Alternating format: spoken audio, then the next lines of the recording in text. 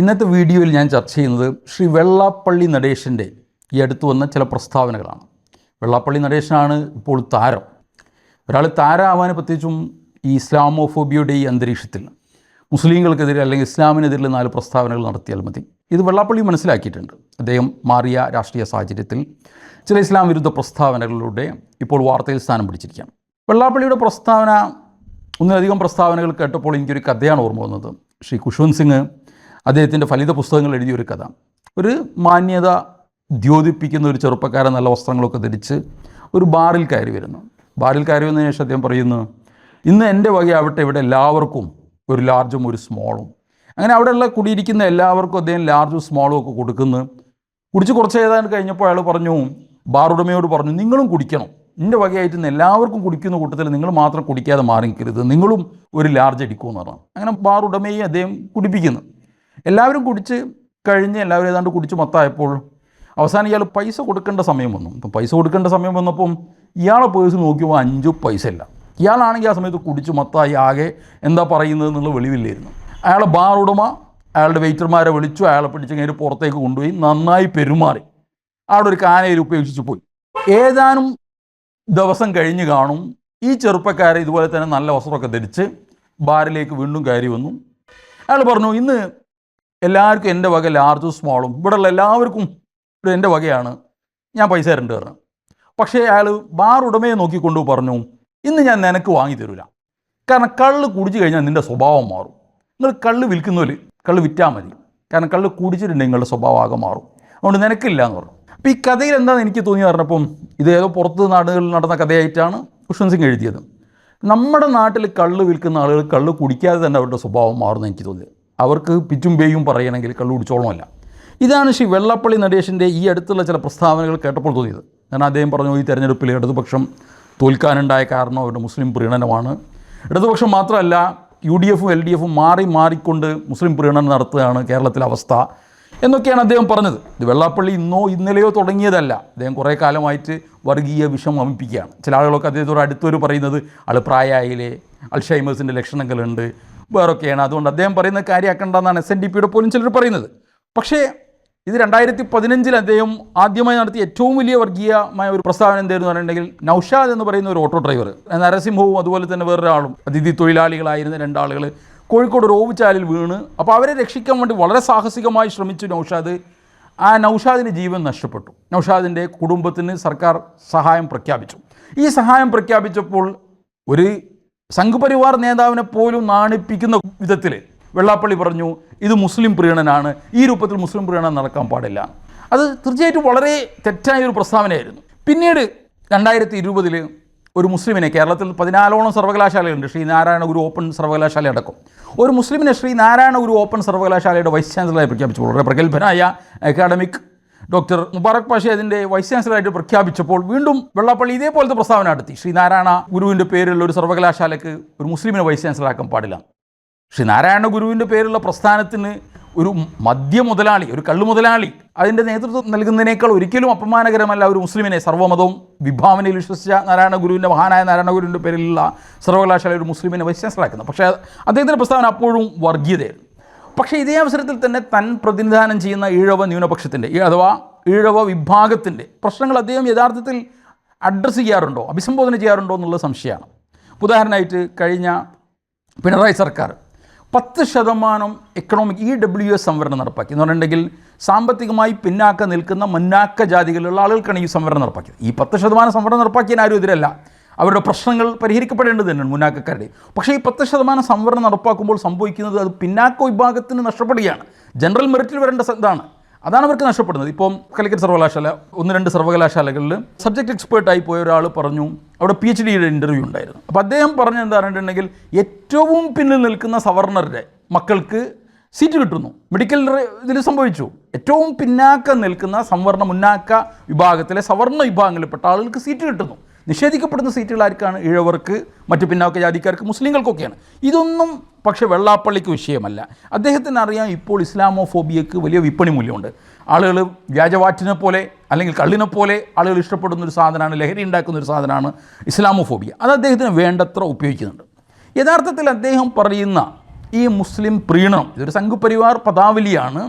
ഇത് യഥാർത്ഥത്തിൽ അശ്ലീലമായൊരു വാക്കാണ്. ഇങ്ങനത്തെ ഒരു മുസ്ലിം പ്രീണനം നടക്കുന്നില്ല എന്ന് അവർ ഹിന്ദു രാഷ്ട്രീയ ആകാർ പട്ടേലടക്കം കണക്കുകളുടെ സഹിതം തെളിയിക്കുന്നുണ്ട്. അതുപോലെ തന്നെ ഇന്ത്യയിലെ ഏറ്റവും വലിയ സാമൂഹ്യശാസ്ത്രജ്ഞനായ സതീഷ് ദേശ്പാണ്ഡെ അദ്ദേഹത്തിൻ്റെ പല കൃതികളിലും പിന്നോക്കക്കാരും അതുപോലെ തന്നെ മുസ്ലിങ്ങളും IIT-കൾ IIM-കൾ മറ്റ് കേന്ദ്ര സർവകലാശാലകൾ ഉയർന്ന വിദ്യാഭ്യാസ സ്ഥാപനങ്ങൾ ജോലികൾ ഇതിലൊക്കെ ഉള്ള പിന്നാക്ക മുസ്ലിം പ്രാതിനിധ്യത്തിൻ്റെ കണക്കുകൾ നിവർത്തിയിട്ടുണ്ട്. സച്ചാർ കമ്മീഷൻ ഇതിനെക്കുറിച്ച് വളരെ വിശദമായിട്ട് തന്നെ എഴുതിയിട്ടുണ്ട്. ഇതിലൊക്കെ തെളിയുന്നത് ഇന്ത്യയിലെ മുസ്ലിംകളുടെ ഭരണ സംവിധാനത്തിലുള്ള ഉദ്യോഗസ്ഥ സംവിധാനങ്ങളിലുള്ള വളരെ പിന്നാക്കമായ വളരെ ചെറിയ നാമമാത്രമായ പ്രതിനിധാനത്തെ പറ്റിയാണ്. ഇപ്പോൾ BJP-ക്ക് ആകെപ്പാട് മുസ്ലിം സ്ഥാനാർത്ഥി ഉണ്ടായിരുന്നുള്ളൂ. അതും തോൽക്കുമെന്ന് 100%, 101% ഉറപ്പുണ്ടായിരുന്ന മലപ്പുറത്താണ് അവർ മുസ്ലിം സ്ഥാനാർത്ഥി നിർത്തിയത്. ഉത്തരേന്ത്യയിലെ മിക്ക സംസ്ഥാനങ്ങളിലും മുസ്ലിം മന്ത്രിമാർ പോലും ഇല്ല. മുസ്ലിം മുഖ്യമന്ത്രി ആയത് വളരെ ചെറിയ ഇടവേളയിൽ മാത്രമാണ് ചരിത്രത്തിൽ.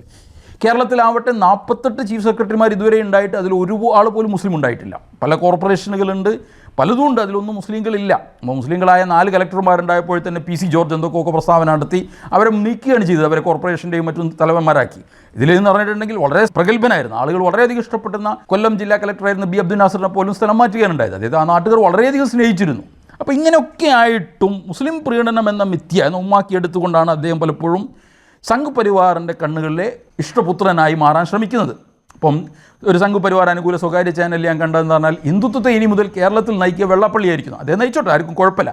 പക്ഷേ ശ്രീനാരായണീയ പ്രസ്ഥാനത്തിൻ്റെ തലപ്പത്ത് നിന്നുകൊണ്ട് തന്നെ അദ്ദേഹം അത് ചെയ്യണമെന്നുള്ളതാണ് അദ്ദേഹവും അതുപോലെ തന്നെ ആ പ്രസ്ഥാനവുമായി ബന്ധപ്പെട്ട മറ്റുള്ളവരും ചിന്തിക്കേണ്ട കാര്യം. യഥാർത്ഥത്തിൽ ഇവിടെ ശ്രീ വെള്ളാപ്പള്ളി നടേശൻ ചെയ്യുന്നത് ചാൾസ് ഡിക്കൻസിൻ്റെ ഒലിവർ ട്വിസ്റ്റിലൊരു കഥാപാത്രം ചെയ്യുന്ന പോലെയാണ്. എന്ന് പറഞ്ഞാൽ ചാൾസ് ഡിക്കൻസിൻ്റെ ഒലിവർ ട്വിസ്റ്റിൽ എന്ത് സംഭവിക്കുന്നു? ആർട്ട്ഫുൾ ഡോഡ്ജർ എന്ന് പറയുന്ന ഡോക്കിൻസ് എന്ന് പറഞ്ഞൊരു പയ്യനുമായിട്ട് ഒലിവർ ട്വിസ്റ്റ് പോകുന്നു. അദ്ദേഹം പോകുന്നത് കൊള്ളയടിക്കാനാണോ അല്ലെങ്കിൽ ആളുകളെ പോക്കറ്റ് അടിക്കാനോ എന്ന് ഒലിവറിന് മനസ്സിലാക്കുന്നില്ല. ഒരു കടയിൽ പുസ്തകം എടുത്ത് വായിച്ചുകൊണ്ടിരിക്കുന്ന ഒരു മനുഷ്യൻ്റെ പോക്കറ്റ് അടിക്കുന്നു ഈ ഡോക്കിൻസ്. പോക്കറ്റ് അടിച്ച് മെല്ലെ ഓടുന്നു. അപ്പോൾ എന്താണ് സംഭവം എന്ന് മനസ്സിലാവാതെ ഒലിവർ ആളുകൾ പരിഭ്രാന്തരാകുന്നത് കണ്ട് ഒലിവർ ഓടുന്നു. അപ്പോൾ ഒലിവർ ഓടുമ്പോൾ ഒലിവറാണ് പോക്കറ്റ് അടിച്ചതെന്ന് കരുതി ഈ ആളും മറ്റുള്ളവരും കള്ളൻ എന്ന് പറഞ്ഞ് വിളിച്ചാർക്കുമ്പോൾ ആദ്യം ഒലിവറിനെ പിടിക്കാനായി കൂടെ പോകുന്നത് മറ്റൊരു ഡോക്കിൻസാണ്. കാരണം ഡോക്കിൻസും കള്ളൻ എന്ന് പറഞ്ഞിട്ട് ഒലിവറിൻ്റെ പിന്നാലോടുക. ഇവിടെ എന്താ സംഭവിക്കുന്നത്? യഥാർത്ഥത്തിൽ ഇന്ത്യയിൽ പ്രീണനം നടക്കുന്നുണ്ട്. ആർക്കാണ് പ്രീണനം? ഇന്ത്യയിലെ സമ്പന്ന സവർണ മുന്നാക്ക വിഭാഗങ്ങളാണ് ഇവിടെ എല്ലാം കൈയടക്കി വെച്ചിരിക്കുന്നത്. ഇന്ത്യയിലെ ഏറ്റവും ഉന്നതമായ പോസ്റ്റുകൾ നോക്കൂ, ഇന്ത്യയിലെ ജുഡീഷ്യറി നോക്കൂ. KR നാരായണൻ ഇന്ത്യയുടെ പ്രസിഡന്റ് ആയപ്പോൾ അദ്ദേഹം പറഞ്ഞു ഇന്ത്യൻ ജുഡീഷ്യറിയിൽ ആദ്യമായിട്ട് സംവരണം ഏർപ്പെടുത്തണമെന്ന് പറഞ്ഞു. പക്ഷേ അതൊന്ന് ജഡ്ജികൾ അപഹസിച്ചുകൊണ്ട് പുച്ഛിച്ചുകൊണ്ട് തള്ളുകയാണ് ചെയ്തത്. ഇന്ത്യയിൽ ഈ രൂപത്തിൽ എല്ലാം സമ്പന്ന വിഭാഗങ്ങളാണ് അടക്കി വെച്ചിരിക്കുന്നത്. ഇപ്പോൾ UP-യുടെ കാര്യം എന്നാൽ ഒരിക്കൽ ഞാൻ വായിച്ചു. അവിടെ 8% 10% വരുന്ന ടാക്കൂർമാനാണ് അവിടുത്തെ 80% വരുന്ന ഭൂസ്വത്ത് കൈയടക്കി വെച്ചിരിക്കുന്നത്. നമ്മുടെ തമിഴ്നാട്ടിലെ അവസ്ഥ അത് തന്നെയാണ്. അവിടുത്തെ ഏതാനും വലിയ ഇപ്പോൾ IIT-കളെ പറ്റി മദ്രാസ് IIT-യെ പറ്റി പറയുന്നത് അയ്യർസ് ആൻഡ് അയ്യങ്കാർസ് ഇൻസ്റ്റിറ്റ്യൂട്ട് ഓഫ് ടെക്നോളജി എന്നാണ് പറയുന്നത്. അപ്പോൾ ഇന്ത്യയിലെ സമ്പന്നർ, ഇന്ത്യയിലെ സവർണർ, ഇന്ത്യയിലെ മുന്നോക്ക ജാതിക്കാർ ഇവിടെ എല്ലാം കൈവശമാക്കി വെച്ചിരിക്കുന്നു. അവരുടെ പ്രീണനത്തിനെതിരെ അവരെ പലപ്പോഴും നേരത്തെ ചാൾസ് ഡിക്കൻസിൻ്റെ കഥാപാത്രം ഡോക്കിൻസ് ചെയ്തതുപോലെ കള്ളൻ എന്ന് പറഞ്ഞ് ഓടുന്നു. ആ കൂട്ടത്തിൽ ഓടുകയാണ് യഥാർത്ഥത്തിൽ ഇവിടെ വെള്ളാപ്പള്ളി നടേശൻ ചെയ്യുന്നത്. അപ്പോൾ ഇതിനെപ്പറ്റിയൊക്കെ പറയുമ്പോൾ നമുക്ക് കുറച്ച് ചരിത്രം പറയേണ്ടി വരും. ഇപ്പോൾ എൻ്റെ കയ്യിലുള്ള ഈ പുസ്തകം അറിയപ്പെടുന്ന ചരിത്രകാരനും എഴുത്തുകാരനും സാഹിത്യകാരനും സാഹിത്യ നിരൂപകനും മാധ്യമ ദിനപത്രത്തിൻ്റെ ആദ്യത്തെ ചീഫ് എഡിറ്ററൊക്കെ ആയിരുന്ന ശ്രീ PK ബാലകൃഷ്ണൻ എഴുതിയ ജാതി വ്യവസ്ഥയും കേരള ചരിത്രവുമാണ്. ഈ പുസ്തകത്തിൽ അദ്ദേഹം പറയുന്നുണ്ട് ഇവിടുത്തെ ഈഴവന്മാരുടെ അവസ്ഥ എന്തായിരുന്നത്. ഇവിടുത്തെ ഈഴവന്മാർ അവർ പലപ്പോഴും എങ്ങനെയായിരുന്നു ഇവിടുത്തെ ഉയർന്ന ജാതിക്കാരായ നമ്പൂരിമാർ, അത്രയൊന്നും ഉയർന്നവരല്ലാതിരുന്ന നായന്മാരും അവരോട് ഡെലിബറേറ്റായ അറഗൻസ് കാണിക്കേണ്ടിയിരുന്നു. എന്ന് പറഞ്ഞാൽ ബോധപൂർവമായ അഹന്തയോടും അവജ്ഞയോടും കൂടി പെരുമാറേണ്ടിയിരുന്നു എന്നാണ് അന്ന് കേരളം സന്ദർശിച്ച പല സന്ദർശകരും അദ്ദേഹം ഉദ്ധരിക്കുന്നുണ്ട്. ബാർബോസി ഉദ്ധരിക്കുന്നുണ്ട്, ബാർത്തലോമിയെ ഉദ്ധരിക്കുന്നുണ്ട്, വാർഡിനെ ഉദ്ധരിക്കുന്നുണ്ട്, ഒക്കോണറെ ഉദ്ധരിക്കുന്നുണ്ട്. ഇവരൊക്കെ പറയുന്നത് കാണുമ്പോൾ തന്നെ പുച്ഛത്തോടു കൂടി പെരുമാറണം, ഇവർ നിശ്ചിത അകലം പാലിക്കണം. അവിടെ ഉണ്ടായിരുന്ന സവർണ വീടുകളിലുണ്ടായിരുന്ന ചാണകക്കുടികളിലെ പുഴുക്കളെപ്പോലെയാണ് ഈ മനുഷ്യരോട് പെരുമാറിയിരുന്നതെന്നാണ് ഈ പുസ്തകത്തിൽ ശ്രീ PK ബാലകൃഷ്ണൻ പറയുന്നത്. പലപ്പോഴും കേരളത്തിലുണ്ടായിരുന്ന ഇഴവ സ്ത്രീകളെ സെക്സ് സ്ലേവ്സായിട്ടാണ് കണക്കാക്കിയിരുന്നത്. മാത്രമല്ല ഈ സെക്സ് സ്ലേവ്സ് ഒരിക്കലും അവർക്ക് മാറുമറക്കാൻ പോലും അധികാരം ഉണ്ടായിരുന്നില്ല. ഒരു സ്ത്രീ വിദേശത്തൊക്കെ പോയി, ഒരു ഇഴവ സ്ത്രീ വിദേശത്ത് പോയി തിരിച്ചു വന്ന് അവരൊന്ന് മാറുമറക്കുന്ന രൂപത്തിലാണ് വസ്ത്രം ധരിച്ചതെന്ന് ആരോപണം ഉണ്ടായപ്പോൾ ആറ്റിങ്ങൽ മഹാറാണി എന്നൊക്കെയാണ് അവരെ പറയുന്നത്, ഈ സ്ത്രീയെ വിളിച്ച് അവരുടെ മുല ഛേദിക്കുകയാണുണ്ടായത്. ഇത്തരത്തിലുള്ള ഭീകരമായ രൂപത്തിലാണ് ഇവിടെ ഇഴവന്മാരോട് പെരുമാറിയത്. ഈ എത്രത്തോളം എന്ന് പറഞ്ഞിട്ടുണ്ടെങ്കിൽ യവന്മാരുടെ അധ്വാനത്താൽ പൊതു ഫണ്ട് ഉപയോഗിച്ച് നിർമ്മിച്ച റോഡുകളിൽ പോലും അവർക്ക് പ്രവേശനം ഉണ്ടായിരുന്നില്ല.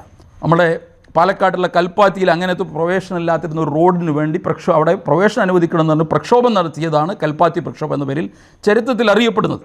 അപ്പോൾ ഈ രൂപത്തിൽ പെരുമാറിയുന്ന ഒരു വിഭാഗത്തിൽ, ഇപ്പം ഗാസ്പർ കൊറിയ എന്ന് പറഞ്ഞാൽ 16-ാം നൂറ്റാണ്ടിലെ പോർച്ചുഗീസ് എഴുത്തുകാരൻ, അദ്ദേഹം പോർച്ചുഗീസ് സഞ്ചാരിയായിരുന്നു. അദ്ദേഹം പറഞ്ഞ എന്താ പറയുകയാണെങ്കിൽ 9 മുതൽ 16 നൂറ്റാണ്ട് വരെ ഈ ഈഴവന്മാരിൽപ്പെട്ട വലിയൊരു വിഭാഗമാണ് മുസ്ലിങ്ങളായിട്ട് മതപരിവർത്തനം നടത്തിയത്. മതപരിവർത്തനം നടത്തിയതോടുകൂടി അവരോട് പഴയ രൂപത്തിലുള്ള പെരുമാറ്റം മാറി. കാരണം എന്താ പറയുകയാണെങ്കിൽ മുസ്ലിങ്ങൾക്ക് അന്നത്തെ സാമൂഹ്യ ശ്രേണിയിൽ, സാമൂഹ്യ ഹെയറാർക്കിയിൽ കുറച്ചുകൂടി നല്ല പരിഗണന ഹിന്ദു രാജാക്കന്മാർ, സാമൂതിരി അടക്കമുള്ള ഹിന്ദു രാജാക്കന്മാർ നൽകിയിരുന്നു. അതിന് കാരണം വാണിജ്യപരമായിരുന്നു. കാരണം മുസ്ലിം കച്ചവടക്കാർ വേണ്ടിയിരുന്നു. അവരാണ് അറബികളുമായിട്ട് കൂടുതൽ കച്ചവടം നടത്തിയിരുന്നത്. ആ കച്ചവടത്തിലൂടെ ഉണ്ടാകുന്ന അഭിവൃദ്ധിയും പണവും നികുതിയും സാമൂതിരിയെ പോലുള്ള രാജാക്കന്മാർക്ക് വേണ്ടിയിരുന്നു. അതുകൊണ്ട് തന്നെ മുസ്ലിം ആവുന്നതോടുകൂടി ഇവരെ സ്വാഭാവികമായിട്ട് അവരെ പള്ളിയിലേക്ക് കടത്തി അവരെ തുല്യരായി പരിഗണിച്ചു. അവരുമായി വിവാഹബന്ധങ്ങൾ ഉണ്ടാക്കി. ആ രൂപത്തിൽ 9 മുതൽ 16 നൂറ്റാണ്ടിൽ ഒരു വമ്പിച്ച മതപരിവർത്തനങ്ങൾ നടന്നു എന്ന് പറയുന്നത് ഗാസ്പർ കൊറിയയാണ്.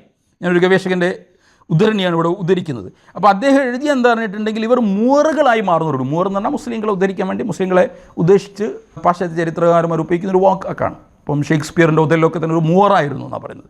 ഇവർ മൂവറായി മാറുന്നതോടുകൂടി അവർക്ക് നിഷേധിക്കപ്പെട്ടിരുന്ന, അവർക്ക് സഞ്ചാര സ്വാതന്ത്ര്യം നിഷേധിക്കപ്പെട്ടിരുന്ന തെരുവുകളിലൂടെ, നൽക്കവലകളിലൂടെ അവർക്ക് പോകാൻ കഴിഞ്ഞു. നമ്മുടെ ആലങ്കോട് ലീലാകൃഷ്ണനൊക്കെ സ്ഥിരമായിട്ട് പറയുന്ന ഒരു കഥയുണ്ട്. എന്ന് പറഞ്ഞാൽ ഒരു അറിയപ്പെടുന്ന നായർ തറവാടിൻ്റെ അല്ലെങ്കിൽ നമ്പൂരി തറവാടിൻ്റെ മുന്നിലൂടെ നടന്ന ഒരു ഈഴവനെ അവർ പിടിച്ചു കൊണ്ടുവന്ന് മർദ്ദിച്ചു, വീണ്ടും മർദ്ദിച്ചപ്പോൾ അദ്ദേഹം എന്ത് ചെയ്തു? പൊന്നാനിയിലേക്ക് പോയി മതം മാറി ആ തറവാട് മുറ്റത്തൂടെ 10ഓളം തവണ അങ്ങോട്ടും ഇങ്ങോട്ടും നടന്നു എന്നാണ് പറയുന്നത്. ഇതൊക്കെയാണ് ചരിത്രം. നാരായണ പണിക്കർ പറയുകയാണ്, അദ്ദേഹവും പറഞ്ഞു കാസ്റ്റ് ഡിസ്ക്രിമിനേഷൻ. പോർച്ചുഗീസുകാർ കേരളം ഭരിക്കുന്ന കാലത്ത് ജാതി വിവേചനം ഏറ്റവും ഉച്ചയിലെത്തുകയും അതേ സമയത്ത് തന്നെയാണ് എത്രയോ ആളുകൾ ഇസ്ലാമിലേക്കും അതുപോലെ ക്രിസ്തുമതത്തിലേക്കും മതപരിവർത്തനം ചെയ്ത് ഈ ജാതി വിവേചനത്തിൽ നിന്ന് മോചനം നേടാൻ ശ്രമിച്ചത്.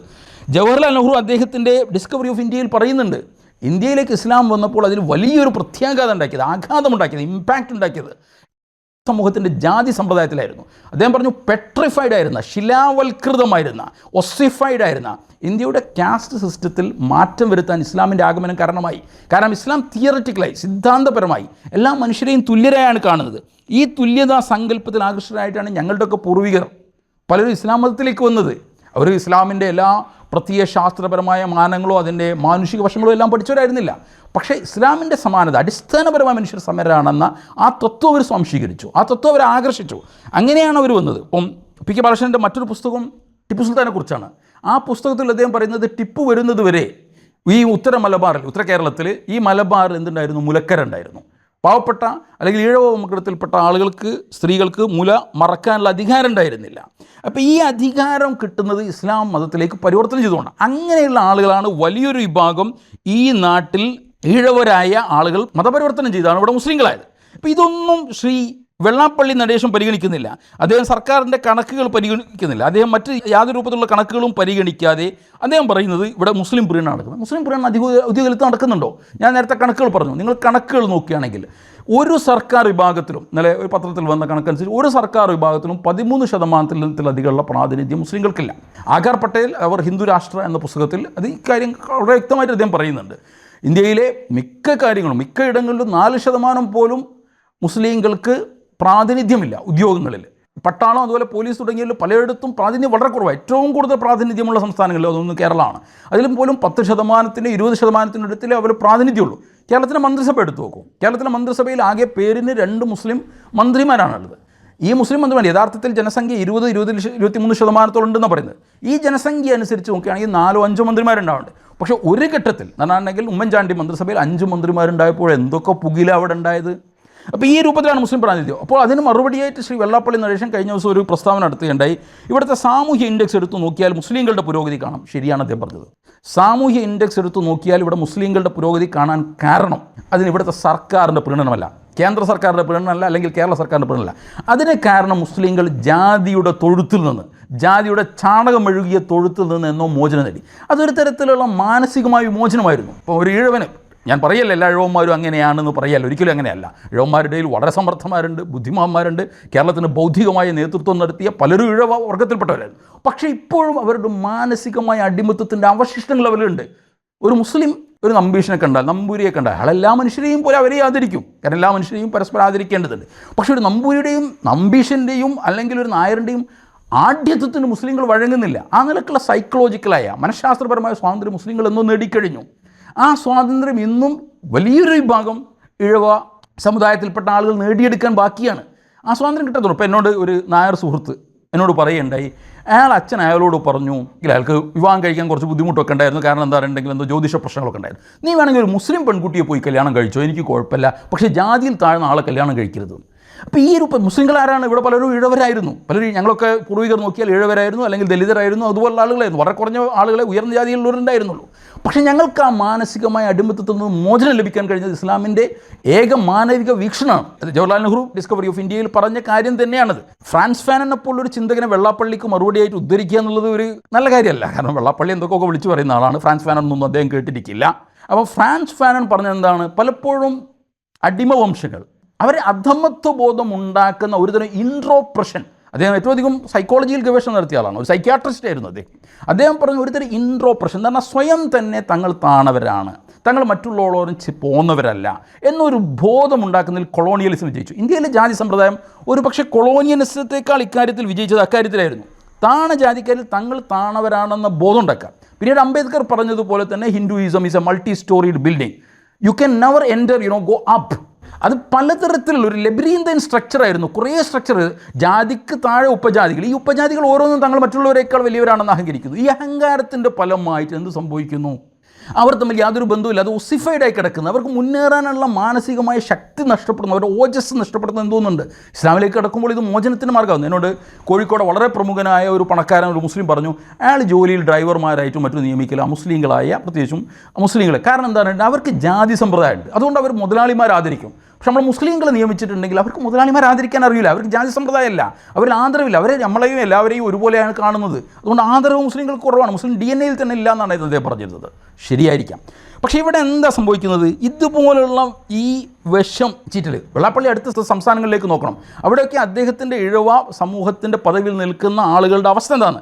തമിഴ്നാട്ടിലേക്ക് പോയാൽ മതി, അവിടെയുള്ള ഗ്രാമങ്ങളിൽ. അവിടെ ഇപ്പോൾ ഈ അടുത്ത് സേലം ജില്ലയിൽ നടന്ന ഒരു സംഭവം പത്രങ്ങളിൽ അദ്ദേഹം വായിച്ചെന്നറിയില്ല. 2 കുട്ടികൾ, അവർ കോളേജിൽ സ്കൂളിൽ പഠിക്കുകയായിരുന്നു, +2 വിദ്യാർത്ഥികളും ഒരാൾ അയാളുടെ പെങ്ങളുമാണ്.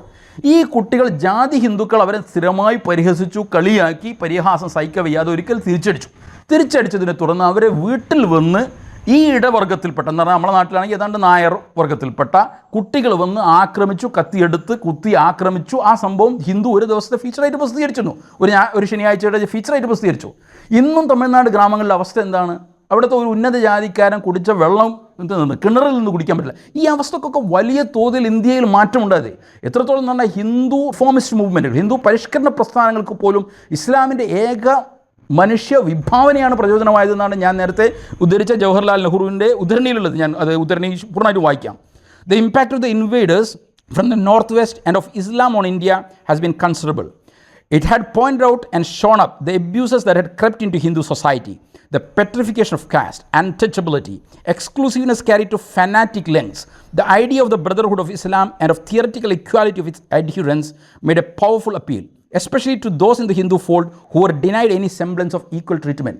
സമൂഹത്തിൻ്റെ ഹിന്ദു വിഭാഗത്തിൽപ്പെട്ട ഏറ്റവും അടിത്തട്ടിലുള്ള അവരുടെ ഏറ്റവും മോശമായ ട്രീറ്റ്മെൻ്റ് ആയിരുന്നു അവർക്ക് ലഭിച്ചിരുന്നത്. അവർ സമൂഹത്തിൻ്റെ ഏറ്റവും താണക്കെട്ടിടയിലായിരുന്നു. അവർക്ക് ഏറ്റവും ഇസ്ലാമിൻ്റെ ആഗമനത്തോടുകൂടി, ഇസ്ലാമിൻ്റെ മനുഷ്യരെല്ലാവരും തുല്യനാണെന്ന വിഭാവന അത് സ്വാംശീകരിച്ചൊരു ജനവിഭാഗത്തിൻ്റെ ആഗമനത്തോടുണ്ടായ മാറ്റങ്ങളെയാണ് ജവഹർലാൽ നെഹ്റു പറഞ്ഞത്. ഇപ്പോഴും ആ മാറ്റങ്ങളാണ് ഹിന്ദുക്കളും പരിഷ്കരണ പ്രസ്ഥാനങ്ങൾ ഉണ്ടാക്കാൻ കാരണമായത്. ആ പരിഷ്കരണ പ്രസ്ഥാനങ്ങൾ പലതും ഏകദൈവ വിശ്വാസത്തിനെയാണ് ഊന്നിപ്പറഞ്ഞത്. രാജാ റാംമോഹൻ റോഹി ആണെങ്കിലും ദയാനന്ദ സരസ്വതി ആണെങ്കിലും അവരൊക്കെ ഏകദൈവത്തിൻ്റെ വിഭാവനയിലാണ് ഏറ്റവും ഊന്നി നിന്നത്.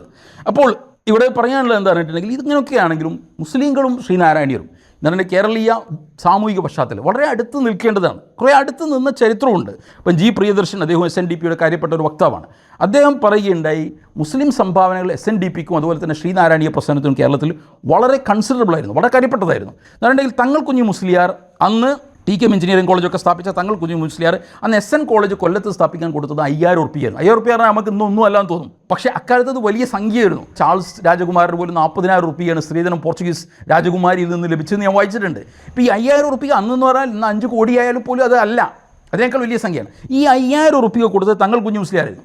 എത്രയോ SNDP സംരംഭങ്ങൾക്ക് മുസ്ലിങ്ങൾ സഹായിക്കുന്നുണ്ട്, സഹായിക്കേണ്ടതുണ്ട്. മുസ്ലിങ്ങളെ സംബന്ധിച്ചിടത്തോളം അവരുടെ മതപരമായ ബാധ്യത കൂടിയാണ്. കാരണം അധസ്ഥിതരായ ഏത് വിഭാഗത്തെയും സഹായിക്കാതെ, ദരിദ്രരെ സഹായിക്കാതെ, തൊട്ടടുത്ത് വിശക്കുന്ന ആളെ സഹായിക്കാൻ നമുക്കാർക്കും മുസ്ലിങ്ങളാവാൻ കഴിയില്ല. ഈ അടുത്ത കാലത്ത് MA യൂസുഫ് അലിയെ പോലുള്ള ധർമ്മിഷ്ഠരായ ആളുകൾ വെള്ളാപ്പള്ളി നടേശൻ അടക്കമുള്ളവരുടെ സഹായിച്ചതിനും അദ്ദേഹത്തിൻ്റെ മകൻ ജയിലിൽ കടന്നു കുടുങ്ങിയപ്പോൾ രക്ഷപ്പെടുത്തിയതൊക്കെ നമുക്കറിയാം. ഇതൊക്കെയാണ് ഇസ്ലാമും മുസ്ലിങ്ങളും ഏഴവന്മാരും തമ്മിലുണ്ടാവേണ്ട ബന്ധം. നമ്മൾ ആർക്കും എതിരല്ല. നമ്മൾ പക്ഷേ അവർക്കത് കിട്ടിയില്ലേ എന്ന് പറഞ്ഞ് കരയുന്ന കൊച്ചു കുട്ടികളുടെ ബാലിശമായ സ്വഭാവം പാടില്ല. അവർക്കത് കിട്ടി, എനിക്ക് കിട്ടില്ല. നിങ്ങൾക്ക് വേണമെങ്കിൽ ഇഴവർക്ക് പലതരത്തിലുള്ള പ്രശ്നങ്ങൾ ഇവിടെയുണ്ട്, കേരളത്തിലുണ്ട്. കൂടുതൽ പ്രശ്നങ്ങൾ ഉണ്ടായിക്കൊണ്ടിരിക്കുകയാണ്. പ്രത്യേകിച്ചും സംഘപരിവാറിൻ്റെ വരവോടുകൂടി യഥാർത്ഥത്തിൽ അവർ ശ്രമിച്ചുകൊണ്ടിരിക്കുന്നത് ഭരണഘടനാപരമായി പിന്നാക്ക വിഭാഗങ്ങൾക്കുള്ള അവകാശങ്ങൾ ഇല്ലാതാക്കാനാണ്. ഒരർത്ഥത്തിൽ തുഷാർ വെള്ളാപ്പള്ളിയൊക്കെ അതിലുകൊണ്ട് ചേർന്നുകൊണ്ട് ചെയ്യുന്നത് അതിനെ ശക്തിപ്പെടുത്തുക എന്നുള്ള. ഹിന്ദുത്വ ശക്തികൾക്ക് കൂടുതൽ ശക്തി ലഭിച്ചാൽ, അവർക്ക് ഭരണഘടന മാറ്റാൻ അധികാരം കിട്ടിയാൽ ഈ രൂപത്തിലുള്ള സംവരണം പോലും ഉണ്ടാവുകയില്ലെന്നും സാമ്പത്തിക സംവരണമാണ് ഉണ്ടാവുകയെന്നും ഇപ്പോൾ തന്നെ ധാരാളം പ്രതിനിധാനമുള്ള, ഇപ്പോൾ തന്നെ അമിതമായി സർക്കാരിലും മറ്റ് വകുപ്പുകളിലും സ്വാധീനമുള്ള പ്രാതിനിധ്യമുള്ള ജനങ്ങളായിരിക്കും വീണ്ടും കൂടുതൽ പ്രാതിനിധ്യം നേടുക എന്നൊക്കെ വിചാരിച്ചുകൊണ്ടാണ് ഉത്തരേന്ത്യയിലെ വലിയൊരു വിഭാഗം BJPക്കും സംഘപരിവാറിനെതിരെ വോട്ട് ചെയ്തതെന്നാണ് അത് സംബന്ധിതമായ പത്രവാർത്തകളുള്ളത്. അപ്പോൾ ഇവിടെ വേണ്ടെന്നാണ് മുസ്ലിങ്ങളും ശ്രീനാരായണീയരും SNDPക്കാരും ഒക്കെ കൂടുതൽ അടുത്ത് പ്രവർത്തിക്കേണ്ടതുണ്ട്. അതിന് കാരണം പലരും നമ്മളുടെ DNA ഒന്നാണ്, നമ്മുടെ ജനിതകങ്ങൾ ഒന്നാണ്. അപ്പോൾ ഈ സോഷ്യൽ ഇൻഡെക്സ് പ്രകാരം മുസ്ലിങ്ങൾ ഉയർന്നു പറഞ്ഞു. ഞാൻ പലപ്പോഴും പല യൂണിവേഴ്സിറ്റികളുടെ ഇൻ്റർവ്യൂ പോകുന്ന ഞാൻ കണ്ട ഒരു കാഴ്ച എന്താണ്, മലപ്പുറം ജില്ലയിൽ പ്രത്യേകിച്ചുള്ള കുട്ടികൾ വളരെയധികം വിദ്യാഭ്യാസപരമായി മുന്നോട്ട് വരും. മുസ്ലിം പെൺകുട്ടികളുടെ വലിയ വിദ്യാഭ്യാസപരമായ പുരോഗതി, തുല്യമായ ഒരു പുരോഗതി പക്ഷേ ആൺകുട്ടികൾ കാണില്ല. പക്ഷേ അതിനുള്ള കാരണം എന്താ പറഞ്ഞാൽ മുസ്ലിങ്ങൾ അധ്വാനശീലരായി ഗൾഫിലും മറ്റ് നാടുകളിലും ഇപ്പം പോയിക്കൊണ്ട്, ഞാൻ നാളൊരു ടയർ മാറ്റാൻ പോയപ്പോൾ അവിടെ ഉണ്ടായിരുന്ന ടയറുകൾ നടത്തുന്ന മുസ്ലിം ചെറുപ്പക്കാരൻ പറഞ്ഞത് അദ്ദേഹം കോങ്കോയിലാണ് ബിസിനസ് നടത്തുന്നത്. കോങ്കോയിൽ UK മുതൽ കോങ്കോ വരെ എല്ലാ നാടുകളിലും പോവുക. കാരണം അവർക്ക് ജാതി ഒരു തടസ്സമല്ല. ജാതി തടസ്സമല്ലാത്തതോടുകൂടി അവരുടെ ചക്രവാളം തുറന്നു കിട്ടുന്നത്. അവർക്ക് മനുഷ്യർ എന്ന് പറഞ്ഞാൽ എല്ലാവരും തുല്യരാണ്. നമ്മളെല്ലാവരും തുല്യരാണെന്ന് കാണുമ്പോൾ നമുക്ക് ഏത് വേദിയിലേക്കും കടന്നു ചെല്ലാൻ പറ്റുന്നു. മുസ്ലിങ്ങളുടെ സാമൂഹ്യ പുരോഗതി കാരണം അവരുടെ ഈ അധ്വാനശീലം, കച്ചവടത്തിലും മറ്റും വളരെ മുമ്പേ അവർ കച്ചവടത്തിൽ ഏർപ്പെട്ടിരുന്നു. കച്ചവടം ചെയ്യുക എന്ന് പറഞ്ഞാൽ ഇന്ത്യയിലെ കേരളത്തിലെ നായന്മാർ മോശമായിട്ടാണ് കണ്ടിരുന്നത് എന്ന് ജാതി വ്യവസ്ഥയും കേരള ചരിത്രവും എന്ന് പറഞ്ഞ പുസ്തകത്തിൽ PK ബാലകൃഷ്ണൻ പറയുന്നുണ്ട്. ആയുധം കൊണ്ട് നടക്കുക എന്നുള്ളതല്ലാതെ മറ്റു ഒരു തൊഴിലും മാന്യമായ തൊഴിലായിട്ട് നായന്മാർ കണ്ടിരുന്നില്ല. ആ സമയം ഉപയോഗിച്ച്, ആ സന്ദർഭം ഉപയോഗിച്ച് മുസ്ലിങ്ങൾ ഇവിടെ കച്ചവടത്തിൽ അഭിവൃദ്ധിപ്പെട്ടു. ആ രൂപത്തിൽ തന്നെയാണ് ഏതാണ്ട് ജൂതന്മാർ യൂറോപ്പിൽ അഭിവൃദ്ധിപ്പെട്ടതെന്ന് വിൽഡ്യൂറാൻഡ് അദ്ദേഹത്തിൻ്റെ പഠനങ്ങൾ നടത്തുന്നുണ്ട്. പക്ഷേ ഈ മുസ്ലിം സമുദായവും ഈ ഈഴവ സമുദായമൊക്കെ, ഈഴവ സമുദായത്തിൻ്റെ പിന്നോക്കാവസ്ഥ, അവരെ പുരോഗമിപ്പിക്കേണ്ടത്, അവർക്ക് കഴിയുന്ന പുരോഗതിക്ക് വേണ്ട സഹായം ചെയ്യേണ്ടത് തങ്ങളുടെ ബാധ്യതയെ മുസ്ലിം പണക്കാരും സാമൂഹ്യ പ്രവർത്തകരും MA യൂസുഫ് അലിയെ പോലുള്ള വ്യവസായികളും മറ്റും കാണുന്നുണ്ട്. ഇത് കണ്ടറിഞ്ഞ് അവർ ചെയ്യുമ്പോൾ ഇതുപോലുള്ള വിഷം ശ്രീ വെള്ളാപ്പള്ളിയെപ്പോലുള്ളവർ വമിപ്പിക്കുന്നത് ഒരു നിലക്കും സമൂഹത്തിന് നല്ലതല്ല, കേരളത്തിൻ്റെ സാമൂഹിക ഭദ്രതയ്ക്ക് നല്ലതല്ല, മതമൈത്രിക്ക് നല്ലതല്ല. ഇത്തരത്തിലുള്ള ആളുകളല്ല ശ്രീനാരായണീയ പ്രസ്ഥാനത്തിൻ്റെയൊക്കെ തലപ്പ് നിൽക്കേണ്ടത്. SNDPയെപ്പോലുള്ള സമുന്നതമായൊരു പ്രസ്ഥാനത്തിൻ്റെ തലപ്പ് നിൽക്കേണ്ടതും ഇത്ര ആളുകളല്ല. അവർ സംഘികൾക്ക് വിറക് വെട്ടുകയാണ് ചെയ്യുന്നത്. പക്ഷേ സംഘികൾക്ക് വിറക് വെട്ടിയാൽ അവസാനം സംഭവിക്കുക പഴയ ജാതി സമ്പ്രദായത്തിൻ്റെ പ്രേതങ്ങൾ വീണ്ടും ജീവൻ വെക്കും. അത് ഈ നാട്ടിലെ ഈഴവർക്ക് ഒരിക്കലും നന്മക്കായിരിക്കില്ല. അത് തമിഴ്നാട്ടിൻ്റെ അവസ്ഥയിലേക്ക്, അല്ലെങ്കിൽ ഉത്തരേന്ത്യയിൽ പലയിടത്തും കാണുന്ന അവസ്ഥയിലേക്ക് കാര്യങ്ങൾ തിരിച്ചു കൊണ്ടുപോകും. ഉത്തരേന്ത്യയിൽ ഒരു സ്ഥാപനത്തിൽ ഏതാണ്ട് നമ്മുടെ ഈഴവ സമുദായത്തിൻ്റെയൊക്കെ ആ ഘടനയിൽ നിൽക്കുന്ന ഒരു സമുദായത്തിൽപ്പെട്ട ഒരു കുട്ടി അവിടുത്തെ അധ്യാപകൻ്റെ പാനപാത്രത്തിൽ അല്ലെങ്കിൽ കുടിവെള്ള പാത്രത്തിൽ നിന്ന് വെള്ളം കുടിച്ചതിന് അവനെ തല്ലിയ സംഭവം ഈ അടുത്ത കാലത്തുണ്ടായി. മറ്റൊരിക്കൽ അധ്യാപകൻ്റെ സ്കൂട്ടർ, മോട്ടോർ സൈക്കിൾ അവിടെ പുറത്ത് നിർത്തിയിരുന്നു, അതുമേൽ ചാരി നിന്നതിൻ്റെ പേരിൽ തല്ലിയ സംഭവം ഉണ്ടായി. ഇപ്പം ഇങ്ങനത്തെ സംഭവങ്ങളൊക്കെയാണ് ഉണ്ടാവാൻ പോകുന്നത്. ആ ജാതി സമ്പ്രദായത്തിൻ്റെ ഭൂതം, അതായിരിക്കും ഹിന്ദുത്വത്തിൻ്റെ ഭൂതം കുടം തുറന്ന് വിടുമ്പോൾ വെള്ളാപ്പള്ളി ചെയ്യുന്നത്. അത് ബുദ്ധിപരമായിരിക്കില്ല. അദ്ദേഹത്തെ തിരുത്താൻ കഴിയുന്നവർ SNDPയിലുണ്ട്, ശ്രീനാരായണ പ്രസ്ഥാനത്തിലുണ്ട്. ധാരാളം വിവേകമതികളുള്ള, വിജ്ഞാനമതികളുള്ള ഒരു പ്രസ്ഥാനമാണത്. അവരതിന് മുതിരണമെന്ന് മാത്രം പറഞ്ഞുകൊണ്ട് ഞാൻ അവസാനിപ്പിക്കുന്നു. ജയ് ഹിന്ദ്.